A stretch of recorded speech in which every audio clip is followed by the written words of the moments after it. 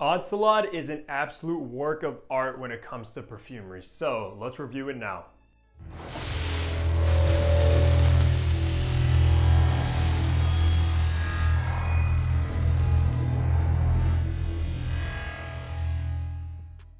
Hey, what's going on? Hunter here and welcome back to my channel. And if you are new, what I do is I make fragrance related content. So if you love fragrances, hit that subscribe button down below and also be sure to follow my Instagram page. But that's right, today we're reviewing one of the newest from Marc Antoine Barrois, and that is Encelade. Now, if you have heard of this house, you probably have heard of Ganymede, which is their most popular fragrance without a doubt. A very futuristic modern fragrance, which is extremely unique, but on the other hand, so is Encelade, and I'm so excited to be bringing this one to you guys. I do want to give a quick shout out to Allure Perfumes for sending Encelade over for review. They're actually the new distributor for Marc Antoine Barrois into the United States, but at the end of the day, that's not going to persuade my opinions on this fragrance. I'll still give you my thoughts if I like it or if I don't like it. Now let's go over some information. This fragrance was launched in 2022, so it is very new. As far as the retail prices go on the two sizes, you can get the 30 ml for $130, or you can opt for the 100 ml like I have in hand for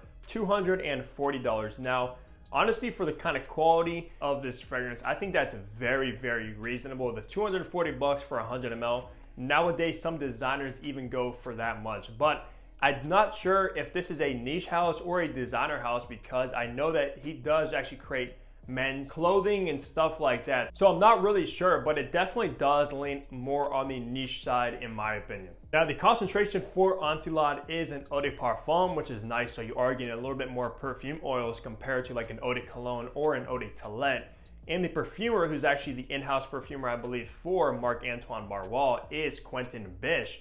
He's actually a master perfumer and he's known for creating Delina and I believe the Delina flankers as well. So he's a great nose and he also created a great fragrance with Encelade. Now with all the information out of the way, let's go to look at the packaging and presentation you get with this fragrance now. So taking a look at the box, which I believe all the Marc Antoine Barrois fragrances come in. Of course you have Encelade right here with this nice kind of styling around the box as well. On the back is where you'll find your ingredients with your barcode right there and batch code to authenticate your product and see when it was produced. Now, honestly, when I first got this box in, I wasn't really sure. I thought it was like a gift box or something like that. I'm not really the biggest fan of the box at least. So take this off. Your bottle is housed in this box. It's sort of like a cardboard cutout as you see. And then you have a Marc Antoine Barrois pamphlet on the side there. Just not the biggest fan of the box presentation. So let's look at the bottle now. Now, take a look at the bottle though, where it's a completely different story. I love the way these bottles look. Of course, you have this gold, which looks like a plaque, but it's actually part of the glass, Marc Antoine Barrois, with their logo. You also have that logo etched into the cap as well. On the back, nothing. On the bottom, you do have etched in all your information and batch code right there also. And then the cap is kind of, it's light, but it does feel solid and it does click into place. And you have that Marc Antoine Barrois logo on the atomizer. And it clicks into place very, very tight, so you can't pick it up by the cap with confidence. So the notes you have rhubarb, vetiver, tonka bean, cedar, leather, and sandalwood, and this would be classified as a spicy woody. So let's spray this and test out the atomizers here. Very nice distribution. One of the best atomizers in the game, up there with like Moss Milano and stuff. So let's remind myself of the opening of Encelade. Now quickly, I do want to mention Encelade is a Greek word. I think it's like a Greek god, I believe, who actually sleeps underneath a volcano, and when he breathes, the volcano erupts. And that's the vibe they were trying to go for. You want that smokiness from the volcano next to like a fresh green jungle. So that's sort of the vibe they went with, and that's the vibe you get with Encelade. Because in the opening right away, guys, you're gonna get that rhubarb note. Now, rhubarb is a vegetable, which brings a very sour, slightly fruity, green, and tart nature about it.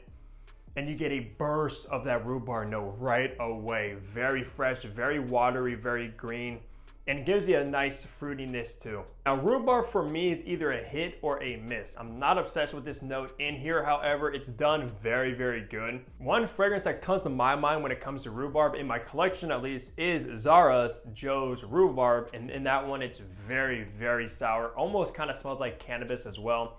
In here though, you're getting a much higher quality rhubarb compared to something like that. This is very natural smelling. It's not too sour either where it's kind of off-putting. Just brings a nice fresh greenness to the fragrance with a slight fruitiness in the background. Now, once this fragrance does dry down, you are gonna get this leather note. Now, it's like a smoky green leather. I know when I say green leather, you're like, what in the world is that? But hear me out, guys. It does give off this greenness as well from that leather.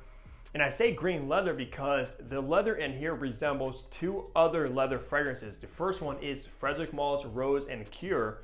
If you ever smelled that one and you smell this, you'll know exactly what I'm talking about. Very similar leathers. And also Tom Ford's Rose de Russie as well. That has a very spicy green leather in there as well. It's not like a new car leather or like one of those black shiny leathers. It's just very spicy and green. And to be honest with you, I'm not usually the biggest fan of the way this leather comes across in fragrances. I'm not really the biggest fan of Rose and Cure. I do like Tom Ford's Rose de Russie because of the other factors in it. In this one, the way they did the leather blows those two similar leathers out of the water. I love the way they compose this fragrance together. Because usually that's not really my favorite DNA. I remember smelling Rose and Cure maybe a year or so ago and I did not like it at all. And then I got Tom Ford's Rose de Russie, which I spilled on my carpet. And I had to smell that leather in there for months, guys. It was just embedded in my office. And I got really sick of that smell. In here is slightly similar, but the way they did it, it's just so good. And I don't hate the way it smells in Encelade. Once we get our way into the base is where you're gonna get this very earthy, dry vetiver note. And vetiver is one of the most dominant players in Encelade. This is a vetiver targeted fragrance, in my opinion at least. The vetiver is one of the main notes in this for sure. So you have to love vetiver to really appreciate this one. However, it's not like your traditional vetiver you find in like Guerlain's vetiver or Rose de Parfum's vetiver. In this one, it's a lot more rugged, earthy, grassy.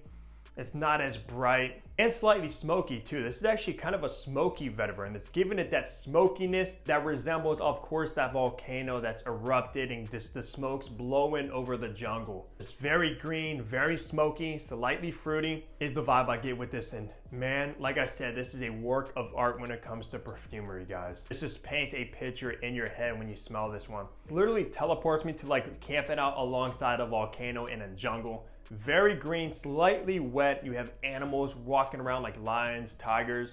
It does have that animalic vibe from that leather. Very fresh, very fruity, slight vegetable-y, watery, of course, from that rhubarb as well, which gives it that wetness, along with that smoky vetiver base. Just an outstanding creation from Quentin Bisch. Let's touch on seasons and occasions for Encelade. Now, I would say this will work the best in the fall, winter, and springtime, not necessarily the summertime. There's nothing really citrusy. There's nothing really bright about this fragrance, so definitely better for the cooler months. Now for occasions, this is honestly, to my nose, probably one of the best formal fragrances I've smelled as of recently. This gives off a classy, sophisticated vibe. Just perfect for dressing up in nicer clothes rather than like shorts, a t-shirt, hoodie, something like that. Even though this actually could be pulled off as a signature scent as well. But if you have multiple fragrances like I do behind me, this one is definitely targeted for formal and the colder months. Now for gender and age groups, honestly guys, Encelade comes across extremely masculine smelling. This is a man's fragrance and honestly I could not picture a woman actually wearing this one. I believe all of the fragrances from Marc Antoine Barrois are targeted as unisex. I know Ganymede is very unisex, both a man and woman can pull that one off. However, Encelade is a guy's fragrance, very mature, very masculine. And that leads me into age groups, guys. This is a very mature fragrance. Like I said, probably anyone in the 30s and up will probably pull this one off the absolute best. It just gives me that very grown man, mature vibe about it. Probably a perfect fragrance to buy for your father or something like that. But at the end of the day, you can wear whatever you want. If you're a teenager watching this one, you want to try this one, you want to wear it, you can. But in my head, when I smell this one and I had to choose, definitely more mature. Wrapping things off on the performance of Encelade. So if you love beast mode powerful fragrance, you're in luck because that's exactly what this one is.